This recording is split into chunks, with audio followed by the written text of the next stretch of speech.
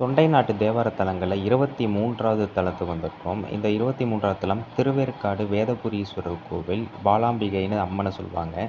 இந்த கோவில் வந்து பார்த்திங்கன்னா, கருமாரி அம்மன் கோவில்ங்கிறது தான் இங்கே ஃபேமஸான கோவில். ஆனால் இதுதான் தேவார பாடல் பெற்றது. சம்பந்தர் 1ஆம் திருமுறையில் 56வது பதிகமாக இதை பாடியிருக்கிறார்.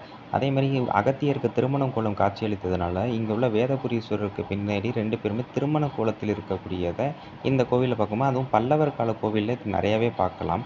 அதே மாதிரி பார்த்திங்கன்னா, இந்த கோவிலோட இன்னொரு தனிச்சிறப்பு என்ன அப்படின்னா, முருகப்பெருமான் வந்து சிவலிங்கத்தை வழிபட்ட மாதிரி, அதாவது பிரம்மனை வந்து சிறையில் அடைக்கிறாருல்ல, அந்த குற்றத்திற்காக வந்து சிவனை வழிபட்டதாக சொல்கிறதுனால இங்கு சிவனோட லிங்கத்தோடு முருகனுக்கு அமைப்பு இருக்கும்.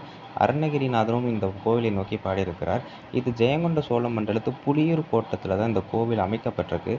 எண்ணற்ற சோழ மன்னர்கள் இந்த கோவிலுக்கு எண்ணற்ற தானங்கள் கொடுத்துருக்காங்க. அதில் மிக முக்கியமாக ராஜராஜ சோழரும் பார்த்திபேந்திர பல்லவரும் நிறைய கொடுத்துருக்காங்க.